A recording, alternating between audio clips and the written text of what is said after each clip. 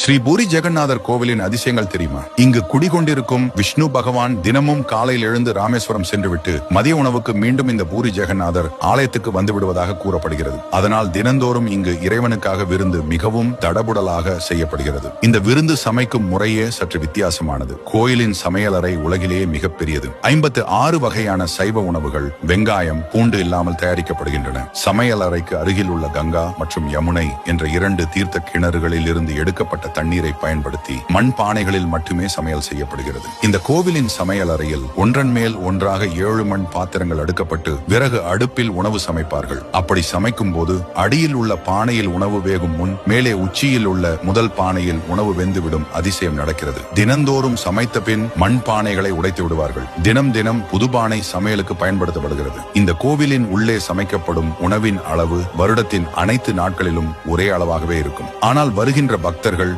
எண்ணிக்கை 2 லட்சமானாலும் சரி, 20 லட்சமானாலும் சரி, சமைக்கப்பட்ட உணவு அனைவருக்கும் சாப்பிட கிடைக்கும். தயாரிக்கப்பட்ட உணவில் ஏதேனும் தவறு இருந்தால் கோவில் சமையலறைக்கு அருகில் ஒரு நிழல் நாய் தோன்றுகிறது. நிழல் நாய் காணப்பட்டால் உணவு உடனடியாக புதைக்கப்பட்டு ஒரு புதிய பகுதி சமைக்கப்படுகிறது.